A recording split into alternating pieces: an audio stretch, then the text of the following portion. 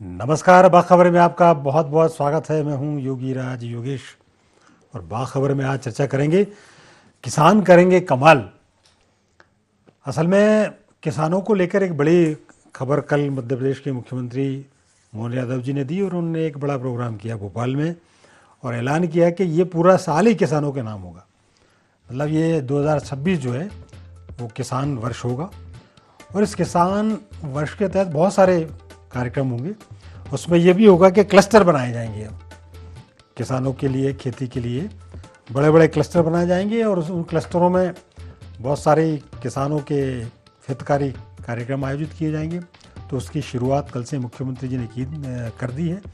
अब अलग अलग शहरों में जैसे ठीक उसी तरह से जैसे इन्वेस्टर समिट हुई, नीचे तक गई, ज़िले लेवल तक गई, संभाग से लेके, राजधानी से लेके संभाग तक गई, इसी तरह अब किसान वर्ष में बहुत सारे साल भर प्रोग्राम होंगे। किसानों की सुविधा के लिए क्लस्टर बनाए जाएंगे। इन क्लस्टर में बहुत सारी खेती से संबंधित सुविधाएं जुटाई जाएंगी। सारी फैसिलिटीज़ किसानों को एक जगह मिले ऐसे प्रयास किए जाएंगे। फसलों का सही से मार्केटिंग हो उसकी व्यवस्था की जाएगी। फसलों के दाम सही से मिले, क्योंकि मुख्यमंत्री जी का ये कहना है कि हमारा जो उद्देश्य है वो है कि किसानों की आय बढ़ाना और लागत घटाना। तो इसको लेकर कार्यक्रम किए जाएंगे। फिर इस बात को लेकर भी चर्चा हो रही है कि चूँकि फसलों के, किसानों की जो उपज होती है उसको स्टोरेज की अभी कोई व्यवस्था नहीं है और इसलिए हम देखते हैं आए दिन कहीं टमाटर फेंक रहे हैं सड़कों पे, कहीं प्याज फेंकी जा रही है। और आप देखिए कि जब किसान जब लगाता है तो उसको उसकी लागत, उसको तो खर्चा उतना ही करना पड़ता है जितना कि उसमें लागत आती है। पर जब प्रोडक्शन ओवर हो जाता है, आपके पास रखने के इंतज़ाम नहीं रहते, तो फिर ऐसी स्थिति बनती है कि फसल उपज जो है सड़कों पे फेंकनी पड़ती है। तो ये बहुत सारी समस्याएं किसानों की हैं। इनको लेकर इस बार फोकस किया है मुख्यमंत्री जी ने। पूरे साल भर इनको लेकर कार्यक्रम होंगे। किसान की फसल सीधे लोग खरीदें, बीच में कोई बिचौलिया ना रहे, इस बात की भी सरकार व्यवस्था करेगी। तो आज के हमारा चर्चा का विषय जैसे मैंने बताया किसान करेंगे कमाल, इसी पे बातचीत करेंगे। और हमारे साथ विशेष एक्सपर्ट दो बड़े मेहमान हमारे साथ हैं। अभी हमारे साथ स्टूडियो में वरिष्ठ पत्रकार प्रकाश सक्सेना जी। प्रकाश जी, प्रोग्राम में आपका बहुत बहुत स्वागत है। एक और गेस्ट हमारे साथ थोड़ी देर में जुड़ेंगे, सूर्यकांत चतुर्वेदी जी। लेकिन जैसा कि मैंने आपको भूमिका में बताया, क्लस्टर डेवलपमेंट प्रोजेक्ट को लेकर काम शुरू हो रहा है। सागर से इसकी शुरुआत होगी, अलग अलग ज़िले में ऐसे प्रोग्राम होंगे, तो उसको लेकर हम चर्चा करेंगे। फ़िलहाल मैं जाता हूँ प्रकाश जी के पास और ये पूरा जो प्रोग्राम सरकार का है उसको लेकर चर्चा करते हैं। प्रकाश जी, ये जो सरकार जो बात कर रही है क्लस्टर बनाने की, खेती को बढ़ावा देने की, खेती को लाभ का धंधा बनाने की, का आपने कल देखा भोपाल में बड़ा प्रोग्राम हुआ, प्रदेश भर के किसान आए, ऐतिहासिक ट्रैक्टर रैली निकली, मुख्यमंत्री जी ने किसानों के कल्याण के लिए बहुत सारी घोषणाएं की। इस पूरे पिक्चर को आप कैसा देखते हैं? नहीं, अब जो मोहन यादव जी जिस दिशा में चल रहे हैं, ये दिशा काफ़ी पहले अपने को तय कर लेना थी और मैं तो कामना करूंगा कि वो इस दिशा में सफल हों, क्योंकि हम सिर्फ सरकार की सफलता नहीं देख रहे हैं। हमारे जो नीति, हमारे जो इकोनॉमी को देख लें, हमारे देश की सबकी समृद्धि के लिए बहुत ज़रूरी है। क्योंकि यदि फसल की बात करते हैं तो हम एक रूट कहते हैं। रूट क्या है? हम बीज तो ज़मीन में डालते हैं, उसकी रूट्स ज़मीन में फैलती हैं, लेकिन उत्पाद हमें ऊपर दिखाई देते हैं। इसी तरह से अर्थव्यवस्था की रूट जो होती है वो ग्रामीण अंचल है हमारा। क्योंकि अर्थव्यवस्था जो हम बोलते हैं, तो अर्थ यानी एक अर्थ होता है, इसका जमीन भी होता है। जमीन से जुड़ी जो व्यवस्था है, जो संपन्नता देती है, वो हमारी ग्रामीण अर्थव्यवस्था है। अब दिक्कत क्या हो रही थी कि बहुत ज़्यादा उत्पादन हो रहा या बिल्कुल नहीं हो रहा, बारिश, अतिवृष्टि है, सूखा है, इस तरह की जो तकलीफें हैं वो फसल को चौपट कर देती थी। तो किसान गरीब का गरीब रह जाता था। जबकि पूरी हमारी इकोनॉमी उसी से बूस्ट होती है। तो हमने पहले भी आपसे चर्चाओं में अपन ने इस बात पे इसका जिक्र किया कि उचित प्रबंधन, मैनेजमेंट और मार्केटिंग, इसको इन्वॉल्व करने की, और एक्सपर्ट्स जो एग्रीकल्चर के, इनका जो मोहन यादव जी जो क्लस्टर बनाने की बात कर रहे हैं, यदि इस क्लस्टर में विशेषज्ञ लोग हों, कृषि के भी हों, विपणन से संबंधित हो, इंडस्ट्री से संबंधित हो, तो उसका उचित प्रबंधन हो कि फसल ज्यादा हो गई तो हम उसको कैसे मैनेज करें, किस तरह से संरक्षित करें, उसका किस तरह से कमर्शियल यूज कर जाए, इंडस्ट्रियल ऐसी इंडस्ट्री सेटअप की जाए कि उनका हम कमर्शियल यूज करें, और यदि प्रोडक्ट ज्यादा बन जाता है तो उसको हम अपने प्रदेश के साथ साथ, देश के साथ साथ बाहर विपणन कर सकें, जिसमें हम रेवेन्यू जनरेट कर सकें। तो यदि हम मोहन यादव जी का जो देखने में यही लगता है, यदि उस दिशा में ले जा रहे हैं तो ये उसके लिए उनके साधुवाद दूंगा इस बात के लिए। बिल्कुल। हमारे साथ एक और गेस्ट सूर्यकांत चतुर्वेदी जी भी जुड़ गए, थोड़े से डिले हुए, लेकिन चतुर्वेदी जी, आपने कल का प्रोग्राम देखा, एक बड़ा प्रोग्राम मुख्यमंत्री जी ने किया प्रदेश भर के, उसमें जगह जगह के किसान भी आए और बड़ी एक विहंगम ट्रैक्टर रैली भी हुई, जमहूरी मैदान पे बहुत सारी बातें मुख्यमंत्री जी ने की, और ये पूरा वर्ष ही किसानों को समर्पित हो गया। अब मैं आपसे ये जानना चाह रहा हूँ कि किसानों को वर्ष आपने समर्पित कर दिया, अब इस वर्ष के तहत सरकार का कहना है कि हम साल भर प्रोग्राम उनके लिए चलाएंगे, और अभी से उन्होंने एक टाइम टेबल भी जारी कर दिया है कि जनवरी में क्या करेंगे, फरवरी में क्या करेंगे, मार्च में क्या होगा, कहीं कोदू कुटकी के सम्मेलन करेंगे, कहीं सोया सम्मेलन करेंगे, कहीं गन्ना उत्पादकों की बात करेंगे, और वहीं जाके जहाँ सर्वाधिक होता। इस पूरे वर्ष को जो सरकार के जो आयोजन है किसान वर्ष को लेकर, आप क्या सोचते हैं, वास्तव में क्या इससे किसानों का भला होगा, जैसे सरकार कह रही है कि बहुत बड़ा क्रांतिकारी परिवर्तन आने जा रहा है, आपके क्या विचार? रघुराज जी, देखिए, आप अगर सरकार की मंशा बिल्कुल साफ है और सरकार की मंशा पर नौकरशाही सही तरीके से काम करती है, तब तो इस तरह के आयोजन की सफलता पर कोई प्रश्न चिन्ह नहीं उठ सकता। लेकिन आपने देखा है, नौकरशाही कई बार सरकार की मंशा अच्छी होती है, सरकार की योजना अच्छी होती है, सरकार चाहती भी है, लेकिन कई बार नौकरशाही उसमें इतनी देरी कर देती है कि उस मंशा पर पानी फिर जाता है। आप देखिए, जिस तरह से सरकार ने मंशा जाहिर की है कि अगर गन्ना का उत्पादन जहाँ पर अधिक होता है तो गन्ने से संबंधित एक वहाँ पर सम्मेलन किया जाएगा, वहाँ सारी चीज़ें होंगी, लेकिन इन सारी चीज़ों में जब आप सम्मेलन करें, जब आप योजना बनाएं उस क्षेत्र के विकास के लिए कृषि को लेके, तो वहाँ के किसानों से आप बात करें, उनकी समस्याओं को पता करें कि वो क्या चाहते हैं। अगर इन सारी चीज़ों को समाहित करके आप काम करेंगे, कदम उठाएंगे, योजना बनेगी, उसके लिए आगे जो जो आपकी योजना है उसमें काम होगा, तो निश्चित रूप से किसानों को लाभ मिलेगा। अगर किसानों को लाभ मिलता है तो बाकी क्रांतिकारी कदम माना जाएगा, लेकिन अगर किसानों को लाभ नहीं मिलता है और सम्मेलन भर होते हैं, योजनाएं कागजों में दफन हो जाती हैं या अधिकारी उनमें रोड़े अटकाते हैं, तो आप तय मान कर चलिए कि ऐसी योजनाओं से न किसानों का भला होना, न प्रदेश का भला होना है, और सरकार के आर्थिक जो पक्ष देखा जाए तो उसका नुकसान अलग होगा, रेवेन्यू का नुकसान अलग होगा। तो मुझे लगता है कि सरकार को ने जो समयबद्ध कार्यक्रम तय किया है उसके लिए एक निगरानी तंत्र भी बनाया जाना चाहिए, और उनसे मासिक नहीं बल्कि हर 15 दिन में एक रिपोर्ट ली जानी चाहिए कि आपने इसमें क्या किया है, कितने कदम आप आगे बढ़े हैं। पर सूर्यकांत जी, मैं ये जानना चाह रहा हूँ कि ये इनसे होगा क्या? आपने घोषणा कर दी कि साहब हम 2026 जो है बिल्कुल किसान वर्ष बनाएंगे, इससे क्या आप नया करने वाले हैं? ये सम्मेलन से तो कुछ होना जाना नहीं है कि आप किसानों को बुला के इकट्ठा कर लो, आप उनकी बेसिक नीड्स की क्या पूर्ति कर रहे हो आप? क्या इन सम्मेलनों से फसल प्रोडक्शन एकदम डबल हो जाएगा, या किसानों के घर में बिल्कुल बारिश होने लगेगी, या किसानों को जो समस्या आ रही है कि सब आलू सड़कों पर फेंकना पड़ रहा है, प्याज सड़कों पर फेंकना पड़ रहा है, टमाटर फेंकना पड़ रहा है, इससे निजात मिल जाएगी? मैंने तो पहले कहा कि नौकरशाही इस तरह से अड़ंगा लगाती है, आपको नौकरशाही पर नकेल कसना पड़ेगा। आपने कहा था कि उत्पादन होता है, एक समय आपको याद होगा कि मध्य प्रदेश में वेयर हाउस खोलने की बड़ी लंबी योजना बनी, उस पर अमल भी हुआ, लोगों ने ऋण लेकर के बड़े बड़े वेयर हाउस बनाए, आज वो सारे के सारे खाली पड़े हैं। क्यों खाली पड़े हैं साहब? एक तरफ आप कहते हैं कि हमारे पास स्टोरेज की क्षमता नहीं है, दूसरी तरफ जिन लोगों ने स्टोरेज की क्षमता विकसित की है, या तो आप उनका भुगतान नहीं कर रहे हैं या उनको भरा नहीं जा रहा, बेचारे या तो अपनी जमीन जायदाद कर्जे में जा रहे हैं भाई, कर्जे में जा रहे हैं, सुसाइड करना पड़ा। वही तो मेरा कहना सिर्फ ये है कि सरकार की अगर मंशा अच्छी है तो आपको नौकरशाही पर नकेल कसना पड़ेगी और नौकरशाही को भी अपनी मंशा के अनुरूप चलाना पड़ेगा, तभी किसान को फायदा होगा।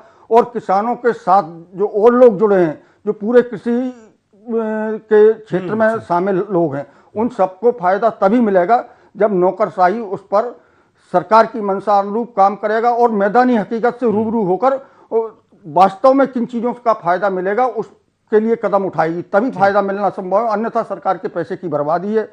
ठीक बात है।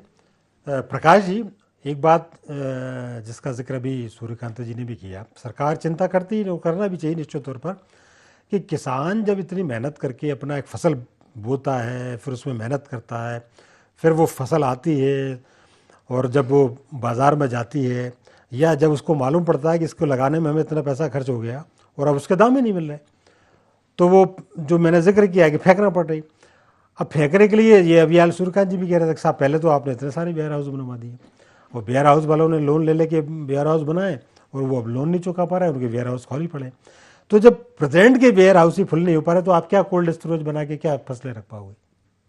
भाई प्रदेश कर्ज में क्यों जा रहा है? जो सूर्यकांत जी ने कहा वही हमने पहले भी अपने इस विषय पे डिबेट हुई है, मैंने आपसे यही कहा कि यहाँ ब्यूरोक्रेसी का दखल कम से कम हो। अब यहाँ विशेषज्ञों को लाने की जरूरत है। ब्यूरोक्रेसी ये जो है, जो यूपीएससी वगैरह से जो आए लोग हैं, जो अंग्रेजों के समय में क्या टैक्स कलेक्शन के लिए इन लोगों की उपयोगिता थी। नहीं, आजकल तो चाहे वो आदमी ब्यूरोक्रेसी से आए, वो भी अपने आप को किसान पुत्र बताता है। किसान पुत्र बताता है। सारे आईएएस किसान, सारे आईपीएस किसान और सारे नेता किसान। वो उसका कारण आप समझते हैं क्यों बन जाते हैं वो? ये लोग रेवेन्यू कलेक्शन के लिए ये सर्विसेज चालू हुई थी, पर इनका दखल अब हर चीज में हो गया। भाई कृषि के क्षेत्र में कृषि विशेषज्ञ जो सलाह देगा वो ब्यूरोक्रेट थोड़ी दे पाएगा। जो मार्केटिंग वाला जो एक्सपर्ट होगा, आईआईएम इतने कॉलेजेस खुले हैं, वो एक्सपर्ट कहाँ जा रहे हैं? हमारे पास प्रतिभाओं की कमी थोड़ी है। जब तक विशेषज्ञों को शामिल नहीं करेंगे, देखिए नेता और ब्यूरोक्रेसी के गठबंधन के कारण ही देश और प्रदेश कर्ज में डूब रहा है। जिस एग्रीकल्चर की मैं पहले ही बोल चुका हूं कि यहां सरकार भावांतर की राशि बांटने के लिए कर्जा उठा रही है, 2-3 बार टेंडर है, तो आर्थिक हालात तो अच्छे नहीं है। ये कोई एक दिन नहीं बन गए हैं, क्योंकि इसका मिसयूज हुआ है ऐसे फंड्स का। जो आप वेयर हाउस की बात कर रहे हैं, उस समय यही था, हम कृषि कर्मठ अवार्ड जीत रहे थे, पर जमीनी स्तर पे कुछ नहीं था, तो वो घोटालों की जांच कौन करेगा? ये घोटालों के कारण हमारा स्तर नहीं सुधर पाया। ऐसा नहीं है कि सुधार नहीं सकते। मैंने जो पहले जो आपसे जो कहा, हम आदर्श स्थिति मान के कि हमारे नेता आदर्श हैं, हमारी ब्यूरोक्रेसी आदर्श है, तो यदि ये प्रयास होंगे तो उसमें सफलता मिलेगी। यदि ये फॉल्ट रहेंगे तो हम वहीं के वहीं रहेंगे, कर्ज और बढ़ता जाएगा। ठीक।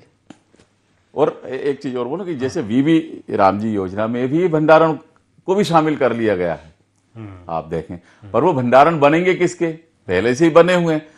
तो उस पर विपक्ष जो शक जाहिर कर रहा है, उसमें भी यही कहा कि वो भंडारण ऐसा तो नहीं कि बड़े लोगों के बन जाए।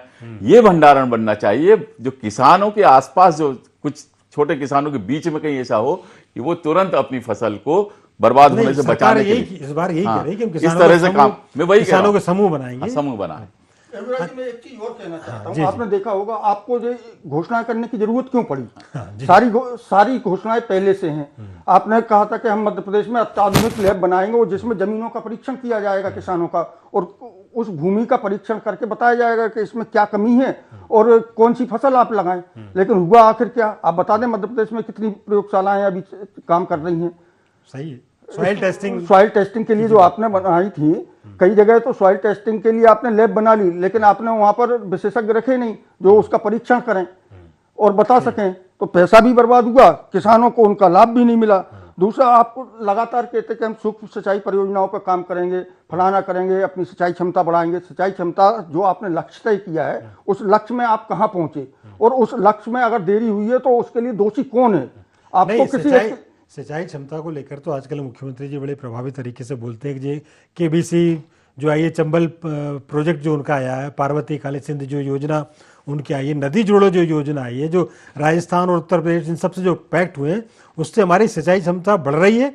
अभी 2-2.5 लाख तो अभी बढ़ा दी उन्होंने हेक्टेयर, और अभी उनका लक्ष्य है 55 लाख से लेकर 60 लाख तक करना, और आने वाले कुछ दिनों में 100 लाख तक ले जाना। अब हम आपकी बात से सहमत है, लेकिन आप हमारी बात से, इस बात से भी सहमत होंगे कि योजना बनती है, फिर उस पर काम शुरू होता है। आप नदी जोड़ परियोजना पर जो काम कर रहे हैं, आप देख लें, अगर बुंदेलखंड का जो सूखे के लिए जाना जाता है, वहाँ के लिए आप परियोजना कब बनी? 2002 में बनी।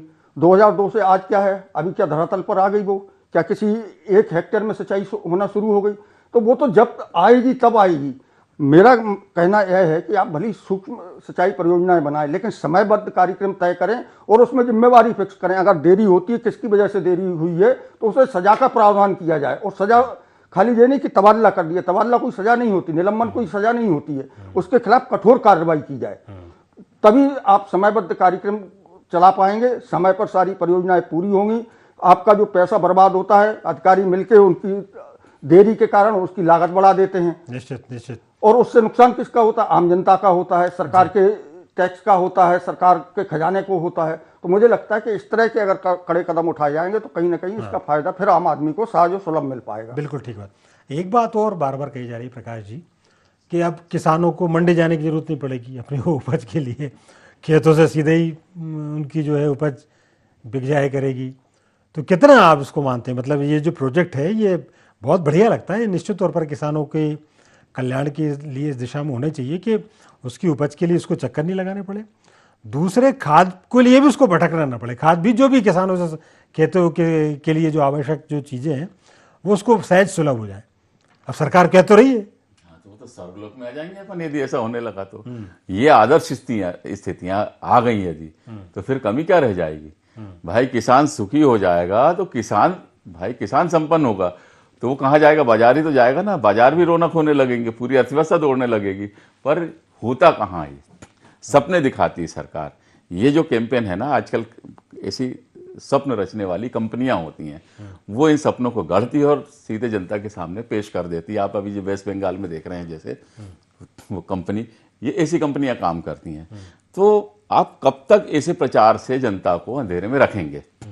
आपको जमीन पे काम करना पड़ेगा। और ये जो योजना है ना, कागजों पे यदि बनी है, बहुत अच्छी बनी है। जिस दिन ही जमीन पे सरकार कह रही है अच्छी नहीं जमीन पे जा रहा है, हम तो जिलों तक खेतों तक जा कह रही है वो।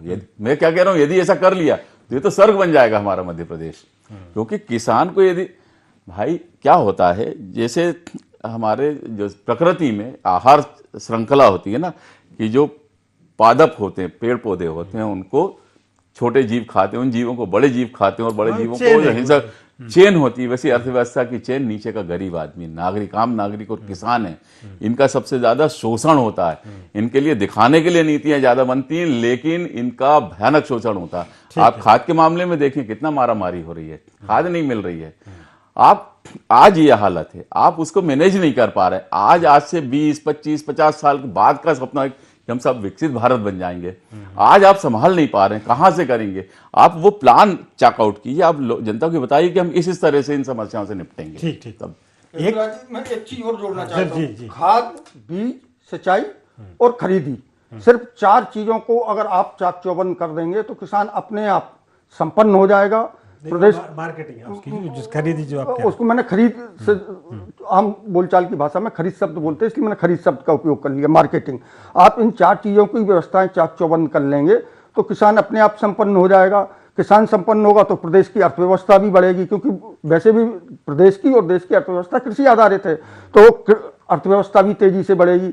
दूसरा महत्वपूर्ण चीज यह है कि आपको उन चीजों पर जरूर चौकस निगाह रखनी होगी जहां से किसान परेशान होता है। खाद के लिए, बीज के लिए, फिर अनुदान के लिए, फिर तमाम सारी समस्याएं होती है जो अफसरशाही परेशान करती है। और जब तक टेबल के नीचे अगर किसान हाथ नहीं पहुंचाता है तब तक फिर उसके काम नहीं होते। वो जानता है कि कैसे परेशान होता है। नामांतरण की आप देख लें, कितनी ढेर किसान आपको तहसीलों में मिल जाएंगे, नामांतरण नहीं हो रहा, किसी का कोई समस्या है।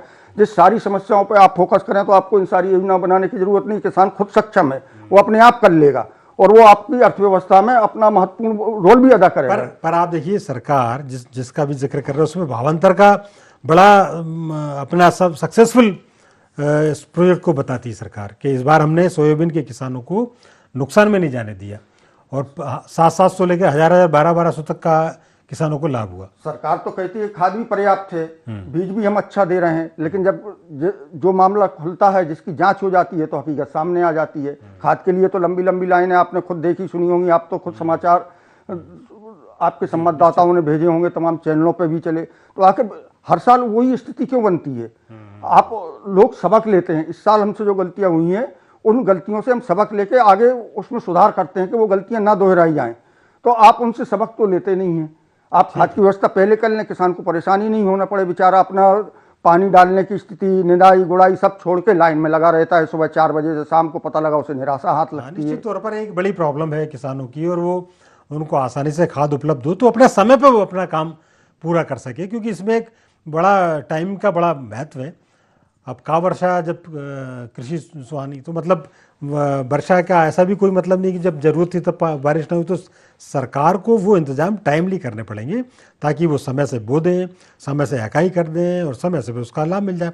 एक बात और, बार बार ये जो बात सरकार इसको बड़ा वैसा बता रही है कि हम क्लस्टर डेवलपमेंट एक प्रोग्राम लेके आई हो, सागर से उसकी शुरुआत भी कर रही है। अब इन क्लस्टरों में क्या होगा, यदि आप सूर्यकांत जी इस बारे में यदि कुछ आपके पास जानकारी है उसको भी साझा करें। और इसके अलावा जो महत्वपूर्ण बात अभी जो आती है, जैसे हम मान लें बिल्कुल किसान भावंतर में किसानों को लाभ हुआ, लेकिन भावंतर में किसानों को पैसे मिलने में भी देरी हुई है। निश्चित रूप से देरी हुई, किसान परेशान है भावांतर की राशि पाने के लिए। और दूसरी बात जो आपने क्लस्टर की कही, क्लस्टर एक अच्छी योजना है। अगर क्लस्टर बनता है, क्लस्टर का मतलब ये है कि आप जिस इलाके में क्लस्टर बना रहे हैं उस इलाके में होने वाले उत्पादों को उससे जोड़ेंगे। वो योजना तो अच्छी है, लेकिन फिर वही बात सामने आती है कि जमीनी हकीकत क्या होगी, जमीन पर कितनी उतर पाती है, अफसर सरकारी कर्मचारी कितने उस काम को करने में अपना तल्लीनता दिखाते हैं, या कितना किसानों के साथ खड़े होकर उनकी मदद करने का प्रयास करते, तब तो उसका कोई अर्थ रह जाता। अन्यथा कोई मतलब नहीं है क्लस्टर बनाने का। औद्योगिक क्लस्टर बने हैं ना अपने यहाँ, अभी तक कितने जमीनी हकीकत जमीन पर उतर सके हैं, आप देख लीजिए उनकी क्या स्थिति है भोपाल में ही। अगर लेकिन इस बार एक बार अच्छे परिवर्तन देखने को मिला सोयाबीन के मामले में कि कलेक्टर से लेके कर्मचारी तक को मैदान में उतरना पड़ा, और यही बात रही कि सरकार इसको अपना सफलता का पैमाना मान रही है। और वो ये भी कह रही कि हमने सिंगल क्लिप के माध्यम से लोगों को राशि तुरंत पहुंचा दी। अमला इस बार मैदान में डटा रहा है, तो ये जो जिसका चिंता आप जता रहे हैं, तो हो सकता है सरकार इस बात का भी चिंता करे। नहीं, मैं तो उसकी तारीफ करूंगा। अगर ये होता है तो निश्चित एक सराहनीय काम है और सरकार इसके लिए निश्चित रूप से धन्यवाद का पात्र होगी। दूसरा, आपने देखा होगा उन्होंने गोपालन को भी इसमें जोड़ा है। हाँ, सब जोड़ा, हाँ। गोपालन को भी जोड़ा है, लेकिन गोपालन के साथ हो क्या रहा, आज वास्तविकता क्या है। अगर गोपालन को सरकार पूरे मनोयोग से करे और चाहे हकीकत में, तो इससे कई फायदे हो सकते हैं। आप किसको दें, जिसके पास या तो कृषि नहीं है या जो बेरोजगार घूम रहा है, उसको आप गौशाला 5 एकड़ जमीन आवंटित करके गौशाला की जिम्मेवारी दे दें, वो रोजगार भी मिल जाएगा उसको, उसके साथ 2-4 लोगों को और रोजगार मिल जाएगा। लेकिन आप और उसके साथ मुनाफा तो कमाएगा ही, आपको दूध उत्पादन भी बढ़ेगा, आपके पर्यावरण पर जो प्रभाव पड़ता है, लकड़ी के उपयोग की जगह गोबर की खाद की लकड़ी बनाए, गोबर से लकड़ी बनाई जाएगी, तमाम चीजें होंगी। लेकिन सरकार इस पर काम करे। अफसर क्या करते हैं कि किसी एक को, जो प्रभावशाली व्यक्ति होता है, उसको गौशाला दे देते हैं, 50 एकड़ में जो गौशाला बनाई जाएगी, उसको अनुदान भी देंगे। बेचारा गरीब वहीं घूमता रहता, वो कभी देखने नहीं जाता, वो भी लेता है ठेके पे या मजदूर रख दिए, हो रहा चल रहा काम चल रहा। तो गौवंश की स्थिति क्या है आपको पता है, राजधानी के आसपास की गौशालाओं की स्थिति देख लें आप। ये बिल्कुल ठीक बात आप कर रहे हैं। लेकिन प्रकाश जी, इसमें एक दो चीज सरकार ने जो अच्छी शामिल की, जैसे उसने पारंपरिक जो खेती है उसकी तरफ से थोड़ा सा हटके और किसानों को इस बात के लिए भी प्रेरित कर रही है कि कब तक भैया आप गेहूँ धना चना बोते रहोगे, थोड़ा मछली पालन पे आओ, गो पालन पे आओ, उद्यानिकी पे आइए, वानिकी पे आप आइए। तो ये तो अच्छा ट्रैक मैं समझता हूँ कि जिस दिशा में सरकार जा रही है, क्योंकि इसमें भी कई सारी लाभ की खेती है, कम लागत में ज़्यादा इसमें उत्पादन के अवसर मिलते हैं, ज़्यादा आय के अवसर मिलते हैं, और इसके लिए बहुत बड़े खेत की आवश्यकता भी नहीं पड़ती। नहीं, आपने अपने जो पहले बात हुई थी कि ब्यूरोक्रेसी और ये नेता वगैरह ये भी कृषक कहलाने लगे हैं। असल में ये जो एक साथ कई फसलें लेने और कई तरह के उत्पाद कृषि से आधारित, इनके लाभ भी बड़े किसान लोग ले पा रहे हैं, छोटे किसान तक नहीं पहुंच पा रहा है। यदि ये करें, पर होता क्या है कि गौशालाओं का, जैसे सूर्यकांत जी ने भी कहा, अभी हमने देखा कि वो जो गोमांस पकड़ाया, सरकारी एजेंसी थी, कितना गाय के नाम से अनुदान लिया और वो गाय तक पहुंचा ही नहीं। गाय का जो चारा था वो कुछ और लोग खा गए, तो गाय मरती रही, तड़पती रही। तो गाय गौशाला वाला, जैसे सूर्यकांत जी ने भी कहा, और हमारे यहाँ गायत्री मंदिर वाला मॉडल आप देख सकते हैं, सक्सेसफुल मॉडल। इतना आप पब्लिक को शामिल करिए ना। गौशाला ऐसी जगह हो जहाँ पब्लिक आ सके। हमारे यहाँ ज्योतिष, अध्यात्म, ये सब गायों का बहुत महत्व है इसमें, तो पब्लिक उस वो जिम्मेदारी आपको बोलना नहीं पड़ेगा, वो उनको पाल देगी। तो ये जो गो मांस हम गो रक्षा के अभियान जो चलाना चाह रहे हैं, तो ये सब उससे चल सकती है। नहीं, इसमें एक जनता को शामिल करें आप। नहीं, जनता को भी शामिल करें। और सरकार ने एक बहुत अच्छा इसमें ये भी ऐड किया है कि अकेले कृषि विभाग को नहीं शामिल किया। उन्होंने कहा कि हम 16 विभाग उससे जो कंसर्निंग जो विभाग हैं उन सब से मिलकर हम काम करेंगे और इन योजनाओं को अमली जामा पहनाएंगे। नहीं, क्लस्टर जो बनाया वो बहुत अच्छी चीज है, लेकिन वो इम्प्लीमेंट कितना हो पाता ये उस पर निर्भर करेगा, क्योंकि योजना बहुत अच्छी है। एक तरह से क्लस्टर को हम दूसरे शब्दों में कहें कि कोऑपरेटिव वाली पॉलिसी हो जाएगी। क्लस्टर का मतलब आसपास किसानों इनको जोड़कर वो एक कोऑपरेटिव जैसी व्यवस्था बन जाएगी, जिसमें सहभागिता हो किसानों की भी है, और उसमें ब्यूरोक्रेसी, मैंने पहले भी कहा था, ब्यूरोक्रेसी का दखल कम हो, सही बात है, विशेषज्ञों का दखल ज्यादा हो।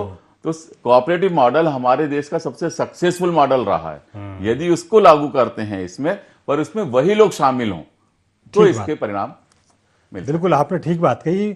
और चूंकि किसान वर्ष सरकार मना रही है, किसानों के लिए मना रही है, तो इसमें पार्टिसिपेशन भी किसानों का ही होना चाहिए, अफसरों की बजाय। ये एक चर्चा में एक सामान्य बात निकल कर आई है।